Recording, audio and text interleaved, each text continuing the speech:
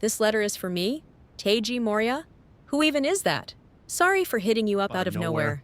I've heard and read all about the great detective who can crack any case, which is why I sought you out. I'd be thrilled to have you at a garden lunch party I'm throwing next Tuesday at 3:30 p.m. with some guests who haven't met you yet. Please don't let me down, Mr. Shinichi Kudo. Feel free to bring a +1 or whoever you like. I've attached a map to my place. What? A lunch invite? Yeah, but I can't make it. I'm tied up with a really tough case right now. So you want me to go instead? The invite says I can bring whoever I want. So just go with your dad and the little kid. You disappear on me, Shinichi, and then call just to boss me around? Fine, but on one condition. You're taking me to the movies next Wednesday. I'll be waiting for you at 8 p.m. Whoa, wait a sec. I can't do that day. I'm slammed.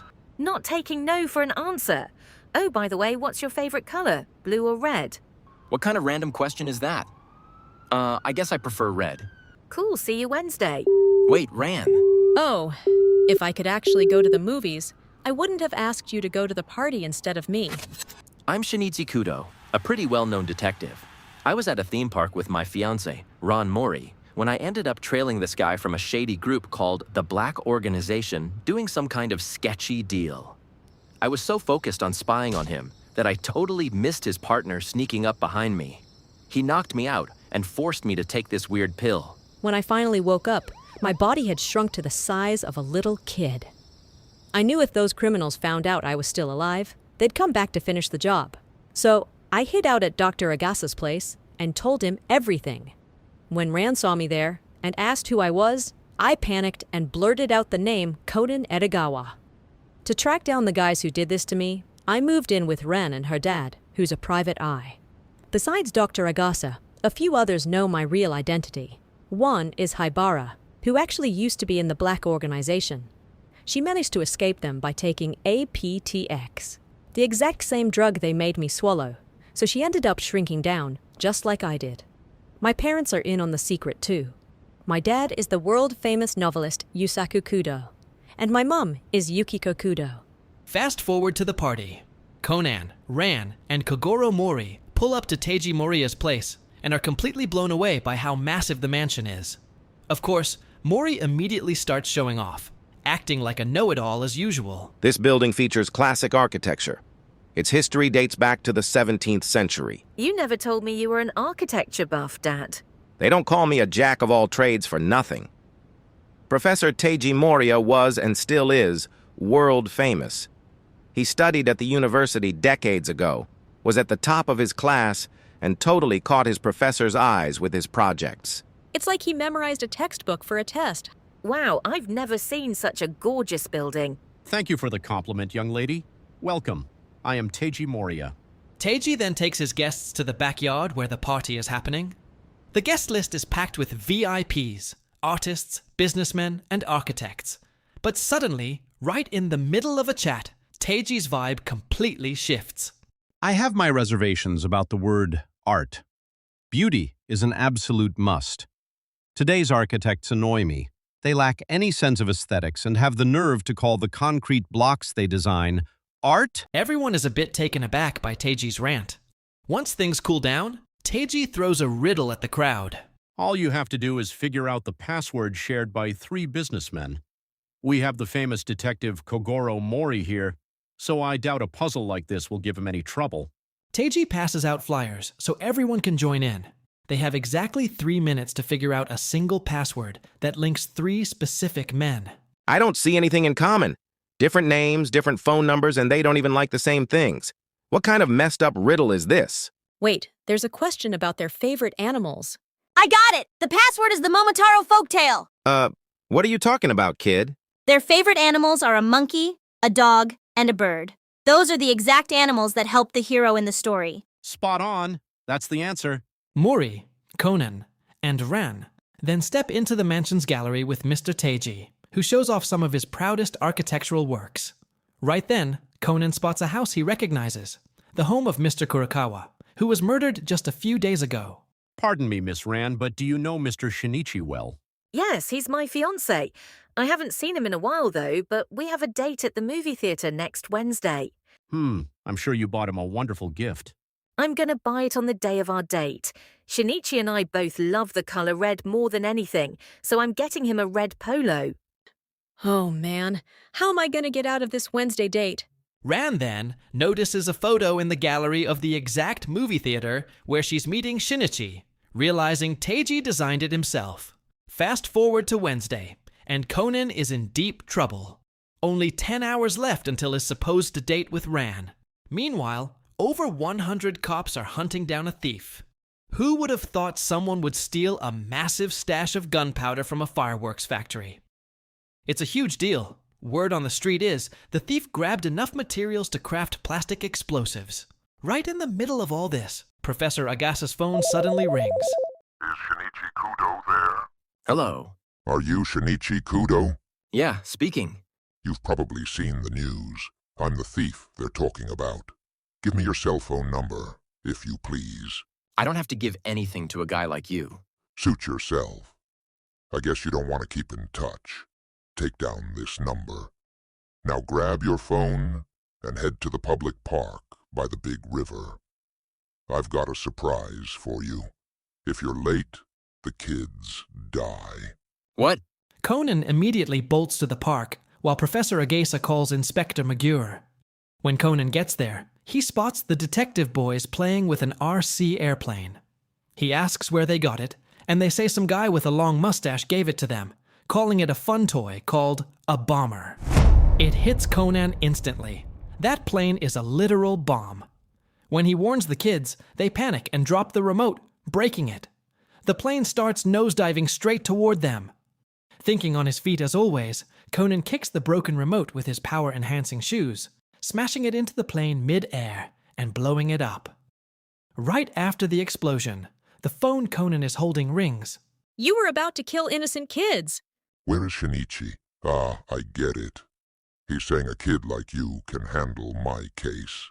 Since he knows you're a kid, he must be watching me from somewhere. Listen up, boy. Tell Shinichi a second bomb is set to go off at 1 p.m. Tell him it's hidden under a place of rest. Conan dashes off, frantically searching for the next bomb with only 10 minutes left on the clock. He looks everywhere, but nothing. Then, from a distance, he spots a pet carrier with a cat under a park bench. But his luck is garbage. An old lady picks up the carrier and hops into a taxi. With just 5 minutes until detonation, Conan chases the cab. Luckily, traffic halts the car. Unluckily, his solar-powered skateboard dies. With no other option, Conan borrows a nearby bike and pedals for his life. But the taxi starts moving again, and there are only 3 minutes left. Conan takes a shortcut and suddenly cuts in front of the taxi, forcing it to stop. He grabs the cat carrier and, sure enough, finds a plastic bomb rigged inside. The timer shows 25 seconds. He can't just ditch it. The area is totally packed. Suddenly, the timer stops at 16 seconds. Taking his chance, Conan straps the bomb to the bike and pedals furiously toward an empty field. But on the way, the timer starts ticking again. In the very last second, he hits the field, jumps off the bike, and the bomb blows. Conan takes some damage and gets hauled off to the hospital. The ironic part? While Shinichi was literally running with a ticking bomb, Ran was busy picking out his goofy gift. At the hospital, Conan wakes up to find Kogoro practically blowing a gasket over the whole mess. Inspector Magura and Detective Shiratori take Conan's statement, and he spells out exactly what went down. The weirdest detail is that the timer paused. There are only two options. Either the bomb glitched or the bomber paused it on purpose. If it's the latter, he was definitely watching Conan. Plus, why target Shinichi out of all the detectives in the city? The bomber probably holds a grudge and wants a showdown. Background checks confirm every criminal Shinichi Kudo ever locked up is still behind bars. One of his most famous cases involved the city's mayor. Everyone knows the story. A 35-year-old woman was walking home from work and got run over by the mayor's son's car. The police report chalked it up to a standard accident, backed by the mayor who claimed he was sitting in the back seat. But Shinichi wasn't buying it. He reopened the investigation and proved the mayor himself was driving, not the son. They swapped places to protect his political career. Days later, the mayor was ousted, which completely halted his massive city redevelopment project. Later, Inspector Magure asks the detective boys if they remember any other details about the guy who gave them the plane. Ayumi mentions the guy had a weird smell, kinda sweet. Suddenly, Shinichi's phone rings again. Hello? You proved you're pretty sharp by finding that bomb. But playtime is over. Put Shinichi Kudo on the line now. You're right. It's time for the adults to take over. Who is this? Where's Shinichi? He's not here, so I'm handling you. You're speaking to Detective Kogoro Mori. Then this next job is perfect for you. I've planted 5 bombs on the railway line. They will arm after 4 p.m. The only way to stop them from blowing is if the commuter trains maintain a speed of at least 60 kilometers per hour. And remember, if the bombs aren't removed, they will detonate precisely at sunset. Inspector Magure immediately contacts the Tokyo Metropolitan Police to warn them. Following the bomber's twisted rules, he orders all commuter trains to keep moving at a minimum of 60 kilometers per hour without stopping. At the exact same time, oblivious to the chaos, the detective boys hop onto one of those very trains. Emergency alert. Emergency alert to all trains. We have reports of explosives placed on the trains. The bombs are rigged to detonate if train speeds drop below 60 kilometers per hour. Maintain high speeds. All stopped trains must depart immediately, and all arriving trains must bypass their stations and keep moving. Hey, isn't something weird going on? The train just sped up even though we're pulling into the station. Attention all passengers, due to an unforeseen emergency, we will not be stopping at the next station. Thank you for your cooperation. Meanwhile, the 5 bombs arm themselves. Conan contacts the kids using his detective badge. Overhearing the inspector talking about bombs, the kids freak out and start tearing the train apart looking for explosives. At the same time, the bomb squad starts sweeping the tracks. Why does this psycho want to blow up trains? Back at the hospital, Professor Ageza brings in a TV so Conan can watch the news from his bed. The bombs go off if the trains slow down. But what did he mean by, they'll explode if not found before sunset? Over at the train control center, the director confirms they haven't found a single thing on the trains themselves. They even searched the passengers' luggage. To make matters worse, some passengers catch wind of the threat, and pure chaos erupts on board. With only an hour until sunset, Conan figures out a crucial detail and calls Inspector Magure using Shinichi's voice. It's Shinichi. Professor Agasa filled me in. I don't think the bombs are actually on the trains. There's no time to explain. The clock is ticking and we need to move now. The bombs are between the tracks. Did you say between the tracks? Exactly, and they're rigged with light-sensitive photosensors that trigger if they're blocked from light for a few seconds. If a single train car is 20 meters long, a 10-car train is 200 meters.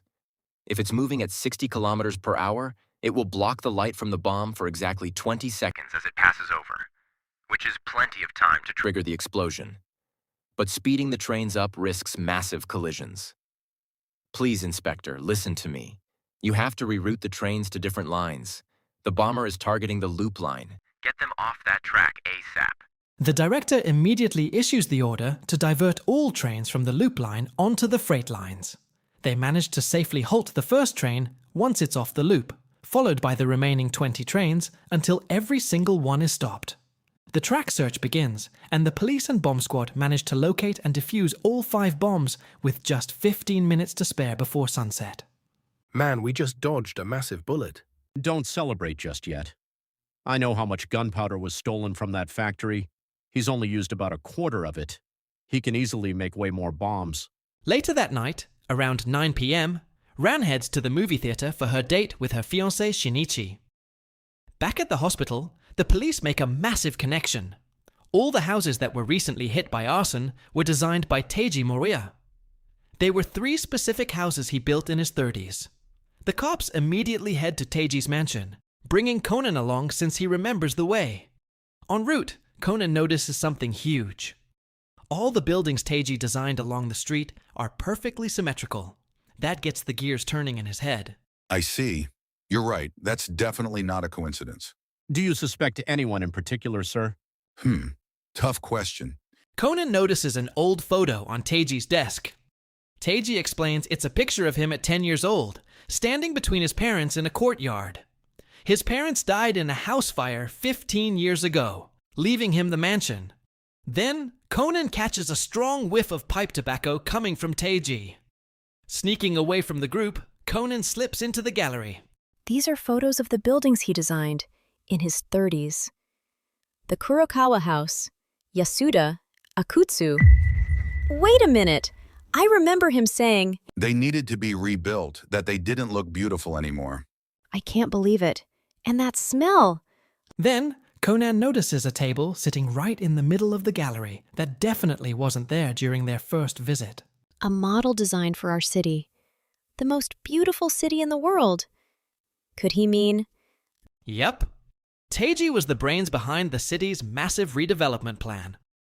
Conan uncovers Teiji's new vision and realizes he wants the entire city to be perfectly symmetrical. He also notices Teiji kept the antique street lamp near the park in his new design. That's why the timer paused.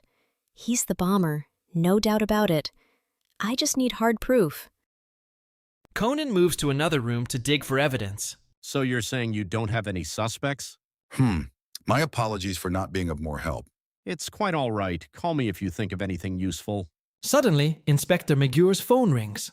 It's Shinichi. He tells Megur to gather everyone in the gallery. When they walk in, Teiji is shocked to see his city model uncovered. Right then, Shinichi speaks up. Inspector, put me on speaker so everyone can hear. Gentlemen, I've tracked down the culprit behind the arson attacks, who is also the bomber. Hold on a second, Inspector. I figured it out. The culprit is you, Detective Shiratori. Excuse me? You burned down Teiji's buildings to get revenge on the guy you think murdered the architect you liked. And I have rock-solid proof. You weren't with us when the bomber called. That makes you the guy. What do you think, Shinichi? It's Shiratori, right? No. What? These incidents weren't fueled by hatred or a grudge against Teiji. The culprit is standing right among you. It's Teiji Moriya. Teiji inherited his architectural genius from his father and made a grand entrance into the scene in his 30s. He won an award from the Architectural Society for designing the Loop Line Bridge. But after designing multiple buildings across the city, he started harboring a dark secret. He felt that some of his own creations needed to be destroyed. His rant at the party is solid proof of this, complaining about modern architects creating concrete blocks and lacking aesthetics. Look at the photos around you. The 3 houses that burned down and the old bridge. They all belong to his older, unsymmetrical style. Back then, he was just starting out and had to bend to his clients' demands, so he couldn't make them perfectly symmetrical. He hated them. He plotted this grand city redevelopment plan and worked on it for years, but his dreams were crushed when the mayor, his key backer, was arrested. Teiji knew I was the one who exposed the mayor, which is why he challenged me. He wanted to ruin my reputation as a detective while executing his master plan to wipe out his imperfect designs. He even paused the bomb timer to save that antique street lamp, because he wanted it to be the symbol of his new, symmetrical city. You have quite the imagination, but your little story is meaningless without hard evidence. Oh, I've got the evidence, Teiji. It's right behind the safe. Sure enough, the police look behind the safe and find the disguise kit he used. What? Impossible. I hid those in my vault. Awesome. Thanks for confessing that the real disguise is in your vault. See these? The lenses are just painted black, and the mustache is made from some hair off an old helmet. Conan whipped this fake evidence up at my request. All right, Teiji, time to head down to the station. Back off! One step closer and I won't hesitate to blow the bomb I planted right here in this house. It won't blow. That remote is dead without its batteries. Impossible. How did you know the lighter was the detonator? Because you don't even use a lighter. Whenever you light your pipe, you use matches. Ayumi's statement gave it away. She smelled something sweet, which was your pipe tobacco. And just like that, Teiji Moriya is busted. Don't get ahead of yourselves. It's not over yet. There's one more building on the chopping block, and it's going to blow very soon. He means the movie theater. It wasn't anywhere on his new city plan. He's been begging city officials to tear it down because it ruined the symmetry. Watch yourselves. The explosion is in 1 minute, and Ran is in there. Conan sprints out immediately. Bombs start going off one after another, and Ran's phone line goes dead. The initial blasts were just to trap people inside the building. The main bomb hasn't even gone off yet. Listen closely, Shinichi. I know you're nearby. Go save your fiancée, Ron. She's trapped deep inside. Ha ha ha ha ha ha ha. Suddenly, Conan spots a piece of paper sticking out of Teiji's pocket and snatches it. It's the blueprint for the main bomb. He books it to the exploding building. Fire trucks, ambulances, and cops are swarming the place as Conan arrives. Knowing Ran and several others are trapped inside, Conan bravely runs straight into the collapsing wreckage. Inside the debris-filled room where Ran is stuck, her phone suddenly rings. Ran, Shinichi? Good. the line is working. Where are you? I looked everywhere for you. I'm in serious trouble right now. I know. I know everything. And I'm right here. I crawled through the rubble, blocking the entrance. I'm literally right behind the emergency door, but it's jammed from the blast. Look around you. Do you see anything sketchy? A bag? A wooden box? Anything like that? Ran searches the room and spots a bag. Inside is a massive bomb. The timer shows 42 minutes, but Teiji Moriya said they only had 3 minutes left. It must be a trap. Listen to me, Ran. Do you have scissors in your purse? Yeah, I have a small pair, but why? Because you're going to have to defuse that bomb, Ran. Ran carefully drags the bomb over to the door, separating her from Shinichi, so she can hear him clearly. But the second she sets the bag down, the timer abruptly drops to just 16 minutes. She decides not to panic Shinichi and keeps it to herself. She lifts the casing, exposing a maze of wires, and starts cutting them one by one, following Shinichi's exact orders from the blueprint he stole. She snips the yellow wire first. Inspector Megure! Ran is in there! Calm down, Mori. My men are doing everything they can. Mr. Mori, take it easy. We still have 15 minutes to save your daughter. Ha ha ha ha. I'll kill you! Tell me how to stop the bomb right now! It's a highly complex model. Even if she cuts every single wire perfectly, there's a booby trap wire at the end. Back inside the building, Ran is cutting wire after wire, trusting Shinichi's voice. You're doing great, Ran. Ran, not much left. Once we cut the Black wire, I think we're in the clear. Ran snips the black wire, but the timer keeps ticking. Shinichi, I cut the black wire, but it didn't stop. What? I see 2 more wires right in front of me. A blue one and a red one.